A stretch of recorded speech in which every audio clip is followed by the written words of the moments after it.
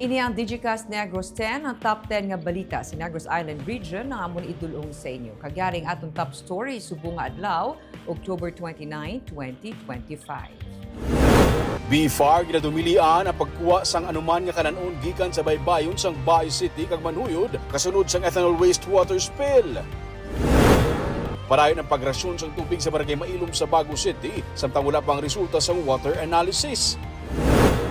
Anong katuig nga bata patay sa maigusang bala sa natabong encounter sa Moises Padilla. Senior high school student nalumos sa Kabangkalan.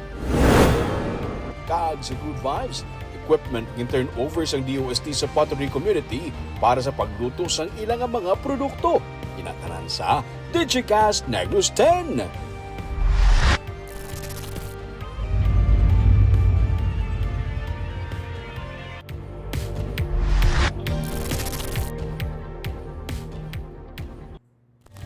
Sa number 10, duha ka SWAT van gin-turnover sa syudad sang Bacolod. Gin-turnover kainas ang aga sa Bacolod City Government Center ang duha ka unit sang Special Weapons and Tactics sukod SWAT van nga ginpangunahan ni Mayor Greg Gastaya upod kay Bacolod City Police Office Director Colonel Joresti Coronica kag mga miyembro sang SWAT team. Ang duha ka van may kabugusan nga balor sang 6.5 milyon pesos kag ginpondohan sang syudad. Suno kay Gasataya, ini ang pinakauna nga tion nga mayara sang SWAT van ang syudad. Suno pa kay Gasataya, ang mga SWAT van magaserbe bilang madasig nga transportasyon sa pagresponde sa mga operasyon sa kapulisan, ilabi na sa mga kritikal nga sitwasyon. Funded locally, ang bakal sa duwa ka SWAT van, dugay na siya nga gina-work out si Cronica. The budget of this is 6.5 million for duwa ka van.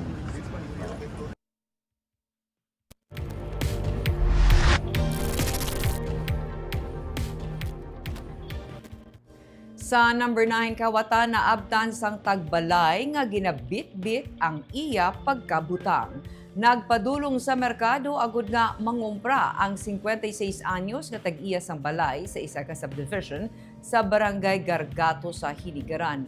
Nakibot siya sa maabtan niya ang isa ka ginalagar kawatan nga bag-o lang naghalin sa iya balay, bit-bit ang pila ka mga pagkabutang. Sa investigasyon sa PNP, ginsaka sang suspect ang pudal sa likod sang balay kag ginkakas ang porsyon sang temporary nga dingding nga himo sa plywood malapit sa hagdanan agud nga makasulod. Sa bulig sa mga tupad balay kag security guards ng subdivision, nadakpa ng suspect kag gin-turnover siya sa nagresponde nga patrol team sang Hinigaran Police Station. Kapin sa 15,000 pesos nga balor sang pagkabutang ang nakawat sang suspect. Lakip na diri ang helmet, sapatos kag mga plates sang dumbbell.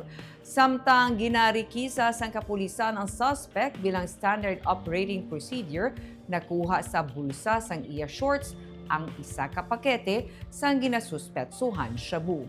Ang 26 anyos nga suspect detained karon sa custodial facility sa Hinigaran PNP.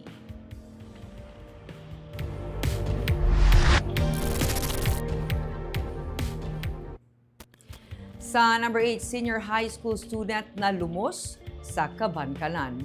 Naghagaday paligo sa suba upod sa iya mga grupo ang 15 anyos nga senior high school student sa Purok Malabago, Barangay Salong sa Kabangkalan City sang Martes. Sa Bacolod City, nag-eskwela ang menor de edad apang nagapuli siya sa Barangay Salong agud magbakasyon.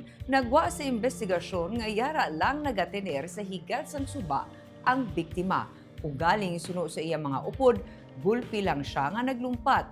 Ginsiling ni Police Lieutenant Noli Gudaka, ang Deputy Chief sa Kabangkalan PNP, gintakos sa mga upod sa biktima ang kadalumon sang tubig sa suba nga ginlumpatan sang biktima kag lapaw ini sa ulo sang tawo. Gintinguhaan sang iya mga upod nga i-rescue ang biktima apang naayawan sila tungod sang kada lungon sang tubig. Hindi kabalo maglangoy ang biktima. Sa makita ang biktima, gindala siya sa ospital apang gindeklarar nga dead on arrival. Nagapati naman ang pamilya nga nalumos ang ilahi mata kag wala sang foul play sa insidente.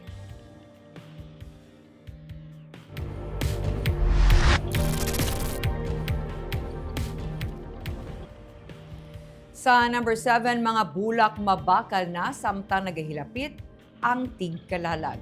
Amat-amat na nga nagasako ang mga flower vendors para sa tigkalalag.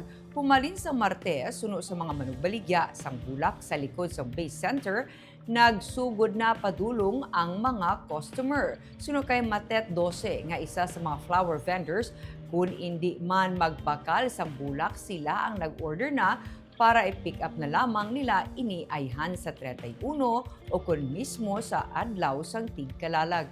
Sa kinaandan suno sa iya, nagamahal ang bulak sa kada pista minatay. Ang pinakabarato nga floral arrangement kaangay sang basket ang yara sa 150 tub-tub sa 200 pesos. Mayara man sang arrangement ka nagabalor sang 320 tub-tub 500 pesos suno sa iya.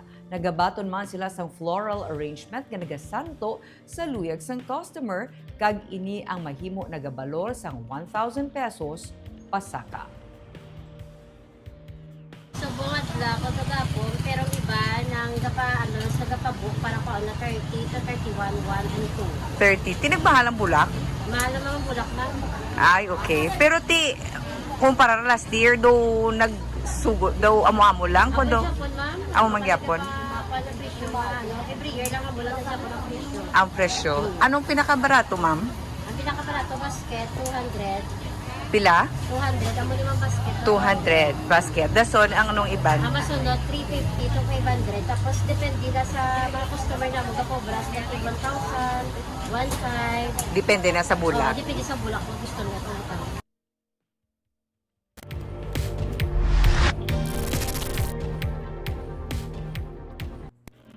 Sa number 6, rerouting kag road closure ipatuman sa Bacolod sa Tigkalalag. Magapatuman sang temporaryo nga road closure sa rerouting scheme sa Dalan Burgos sa Bacolod City humalin Oktubre 31 tubtob Nobyembre 2 bilang kabahin sang pagapasiguro sang tayuyon nga lakat sang trapiko sa Tigkalalag.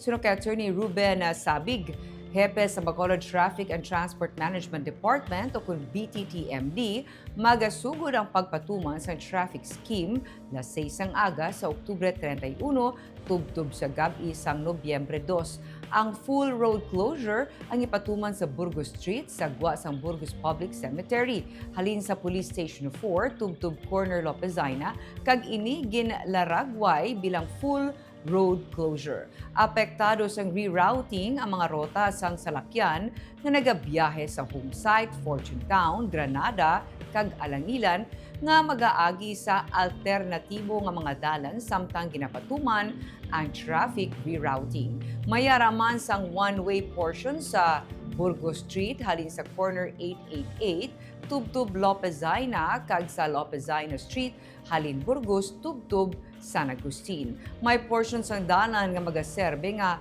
parking area sa mga nagakadto sa Pacho. Well, kaya ang pasaka diri sa NGC, pakadtugid sa east naton, apektado din na Homesite, Fortune Town, Granada, Langilan. Maapekto na sila. So maliko na sila pasulod dito sa may ilang diretsyo sa likod West Negros, LN Agustin.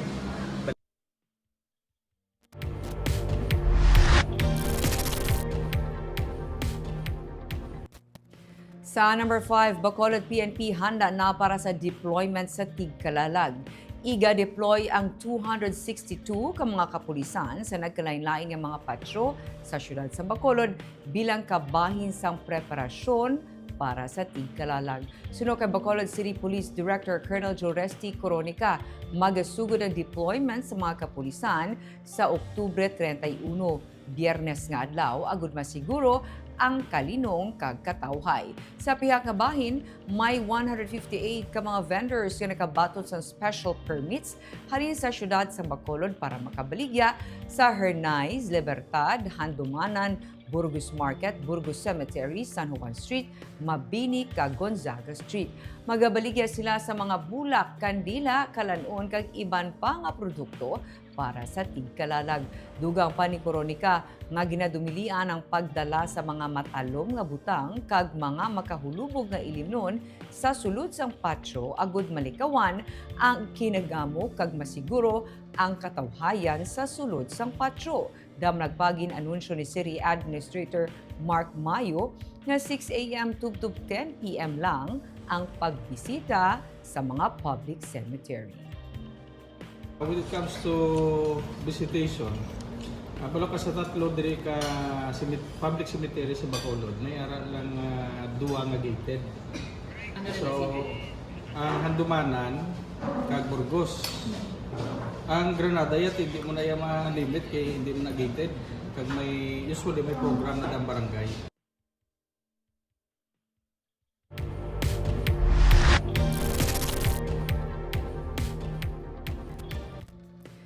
Sa number 4, anong katuig nga bata patay sa maigo sang bala sa natabo nga encounter sa Moises Padilla.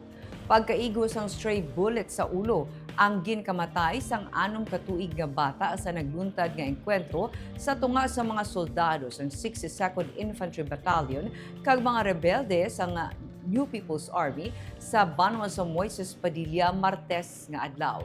Sa post ginsiling ni Moises Padilla Vice Mayor Felix Matias II Yulo nga isa ka grade 1 student sang Agogolo Elementary School ang napatay nga bata. Nagpadulong sa punerarya kagabi ang PC Alcalde agud maghatag sang bulig pinansyal sa pamilya sang biktima. Base sa report, nagbayluhan na isang lupok ang katapos ng 62nd IB kag kapin 25 ka mga rebelde sa sitio Matali, Barangay Quintin Remo sa Moises Padilla.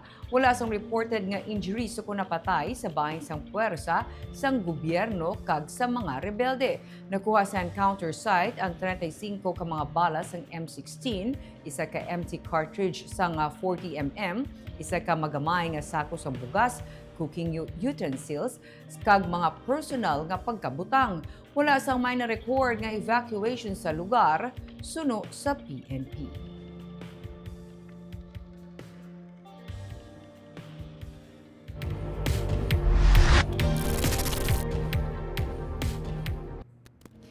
Sa number 3, NDRRMC team nagpatuman sang validation kag evaluation sa mga ginpropose sa Canlaon Recovery and Development Plan.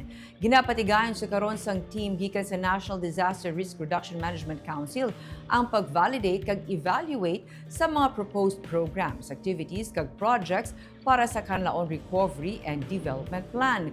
Yari karon ang NDRRMC National Project Validation and Evaluation Team sa mga Canlaon affected nga mga LGU. Ilang nga ginsugdan ang validation kag evaluation nga magalawig sa isa ka semana. Tuyo sang Canlaon Recovery and Development Plan nga matutukan ang mga nangin resulta kag epekto sang pagbuga sang Canlaon sa Negros Island Region humalin sang June 3, 2024 kag mapadasig ang recovery, redevelopment kasubong man ang resilience building sa mga apektado nga komunidad.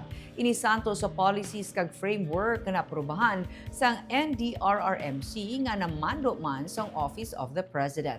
Sakop sa Canlaon Recovery and Development Plan ang housing and resettlement, infrastructure, social welfare, livelihood kag business development kag governance. Sa tuyo nga mapasiguro ang infrastructure resilience, ginatutukan sang team nga dapat ang proposed infrastructure projects ang technically sound kag santo sa framework nga nalatag.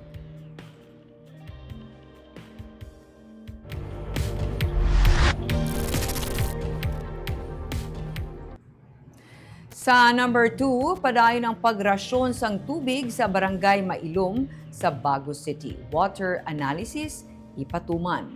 Padayon karon ang water rationing sa Mailom sa Baguio City pending sang pagpatigayon sang water sampling para mapatod kung bala safe na kuhaan sang tubig ilimnon ang mga water sources nila.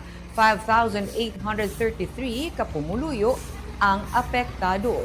Sunod kay Dr. Mary Jean Ortizo, ang pamuno sa Bago Disaster Risk Reduction Management Office, 12 ka mga purok sa Mailom ang ila generasyonan sa tubig sang maapektuhan ang water sources nila tugas ang ashfall sang maglupok ang bulkan kanlaon sa nagligad nga Biyernes.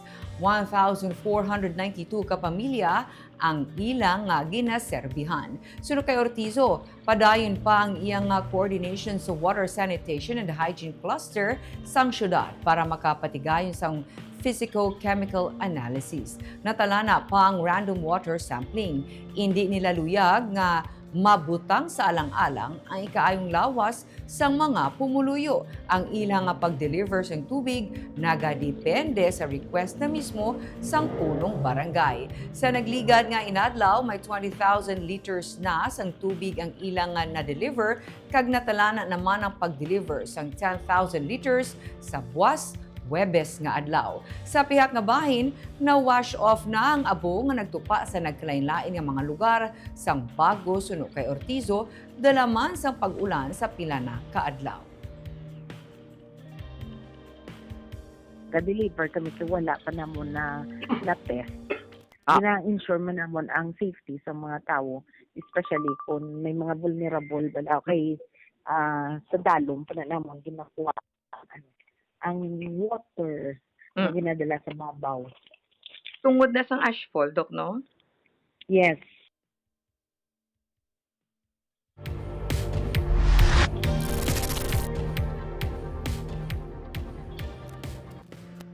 Kag sa number 1, BFAR gindumilian ang pagkuha sang anuman nga kalanon gikan sa baybayon sa Bais City kag manhuyod samtang Bais City magadeklarar sang state of calamity. May report si Romeo Subaldo.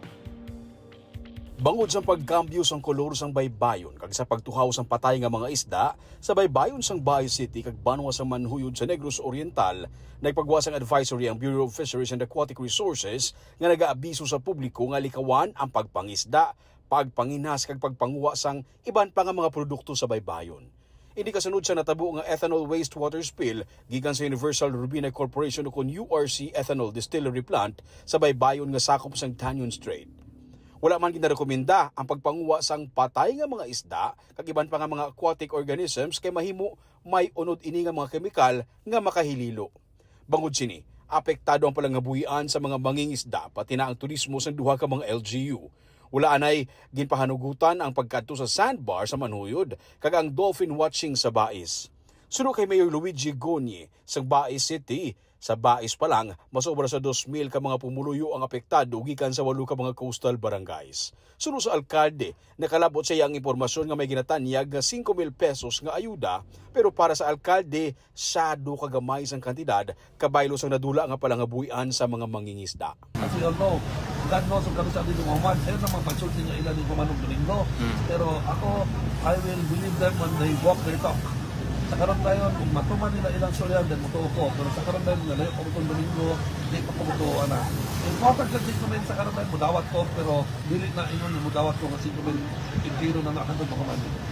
So, mo ni siya ang hinabang sa hingtungdang kumpanya, Mayor. How about sa LGU?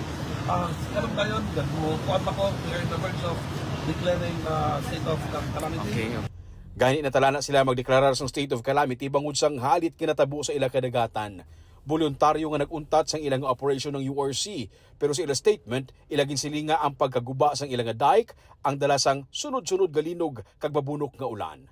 Sa investigasyon sang Environmental Management Bureau kung EMB Negros Island Region, 15 metros nga dike sang distilleria ang naguba, gani nagkadto sa baybay ang ilang wastewater. As of 4 p.m. kahapon, suno sa EMB, nagdangat sa 400 hectares sang Tanyon Strait ay naapektuhan sang wastewater spill. Ang Tanyon Strait, ang kadagatan sa tunga sang Cebu kag Negros, kag ang ginakabig nga largest marine protected area sa Pilipinas. Romeo Subaldo para sa Digicast Negros.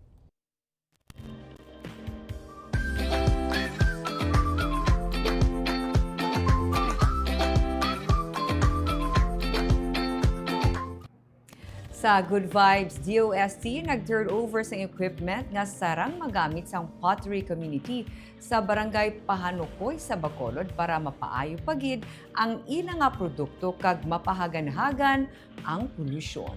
Ma-report si Romeo Subaldo. Ini ang ginatawag nga kiln, isa ka equipment sang RU Foundred Machine Shop Incorporated nga turn over sa Department of Science and Technology sa pottery community sa barangay Pahanukoy sa Bacolod sang Lunes nga adlaw. Ang kiln magaserbi nga lulutuan sa mga produkto nga himo sa daga, pareho sang kalan, kulon kag mga banga. Imbis nga tradisyonal nga pamaagi sa pagluto sa mga kulon kag kalan sa open space nga nagaresulta sa pag-inaso sang dalanon kag katupad nga mga area, diri isulod ang mga produkto para lutuon. Pareho sa sini nga mga kalan nga ginplastar kag ginsulod. Pagwa niya, amo na sini ang itsura, palarehos kag dululungan ang pagkaluto sini. Okay. Matapos ang 3 tubtub 4 ka oras, luto na ang mga produkto. Suno sa manughimo sang sini nga mga produkto nga si Roland Uribe, alalangay ang pagkaluto sang tanan nga mga kalan kag mas mapag-on. Ang diferensya number 1 is parehas ang pagkaluto niya. Oh. Tapos, mas malagting yung luto sa pugod. Namin ni kay nabulay sa higit. ang quality, May yung kalito. tiga siya, nagtigagit siya. Bakal. Kasi salon mo. Tuhod pala. Dusol salo. Lagting ito lang yung sir. Sa open fire abi nga pamaagi kung kisa, may mga nagailitom pa nga mga masitera o kun kalan nga kinahanglan palutuon liwat. Suno sa kay Ali Rasuman nga isa ka ceramic engineer nga amo ang nag-conceptualize sang kiln. Mas mangindi kalidad ang produkto sang pot makers kay ginluto ini sa mas mataas nga temperatura. Hindi dali-dali maguba. Konsumidor ang makabenepisyo diri kag ang palibot. Kay man, hindi na magpuog ang aso. Pag bumili ka na mas matigas, mas high quality, kung gagamitin mo, halimbawa, yung hindi maganda quality, minsan, baka 1 taon lang. Oo, hindi siya tatagal. Tagal. Pag yung ganyan matigas, bibilang ka na ilang taon. Oo. Sa community, pinakamalaki yung position talaga. Mali. Kasi yung mga tao dyan, pagka nagkausokan din sa ano yan, kung may ma-aksidente dyan, ikaw ang mananakot. Plano sang founder sang RU Founded Machine Shop nga si Ramon Oy Sr. nga mapangitaan sa pamaagi nga ang ginabuga nga init halin sa kiln ang magamit pagid sa pagpamala kag pagbulad sa mga produkto. Pinaagi sini, bisa nagainulan, makapamala sila sa gihapon sa ilang mga pots. So, kung init to sang chimney, iduso mo to. Para ma-dry. Para hindi siya mabulad. Pre-drying. Para pag sunod mo dali na lang. Oo. Kaya balila ka bulad pa sila sermong, no? Ganito ko bulat hindi piyo malanan. Maulanan. Na iya kwarto lang ya. Ang exhaust ni isang chimney na pwede na to mga gamit. Imo siya sa butang do kwarto. So magamit pa pati ang iyang init. So preheating na tawag sila. Oo. So manubo na moisture mo. Pag sulod mo na, dali na lang. Siguro kung 4 hours ba, 3 to 2 niya pa hours. Ma-minimize niya. Ginaplano niya man nga dalon man diri ang gasifier ni Joel Catalbas kaging development sang RU. Ang gasifier ang ginakargahan sang labhang ukon mga paya para makapaandar sang generator set kag makaproduce ng kuryente. Lantawon kung pinaagi sa gasifier, mas makakini ang mga potmaker para imbis nga LPG. Labhang lang sa gihapon ang kinahanglan nila para mapainit ang kiln. Ang sudad sa Bacolod, pinaagi sa Barangay Council ang nagpatukod sang area para ma-upgrade sang science and technology ang pamaagi sa mga potmakers. Pangabay sang pottery community, madugangan pagigkuntani ang kiln bangod limitado lang ang sara nga masulod diri kag kadamo sa ila ang nagasalig sa pottery industry. Romeo Subaldo para sa Digicast Negros. Kita naga-shoutout sa ating mga live viewers. Good evening kay Miss Maricon Gamboa Hayashi, gikan sa Japan. Jocelyn Loquero, mayang hapon Digicast team watching live in Hong Kong. Roxanne Misahon Aledron, good evening Digicast Negros, watching from Davao City. Davao City though first time tani nga may Davao City ta nga viewer. Miss Gloria Bantigue, good afternoon Digicast NIR kag Ma'am Barbara Mijares watching from Pulo Pandan. And Mirna Garrido Clavel. Good eve, Ma'am Barbara and Digicast Negros watching from Payao, Binalbagan. VK Lopez. Hi Digicast, good evening. Happy watching Negrosanon. Hello daw to Elan. Maria Feb Panaga Baredo. Maayong hapon Digicast Negros. Maayong hapon Ma'am Barbara watching live from Silay. God bless everyone. And of course, good afternoon man kay Jonathan Tere. Kagamoyado ang top 10 stories of the day. Tugtog buwas. Ako si Barbara Mijares. Maayong hapon.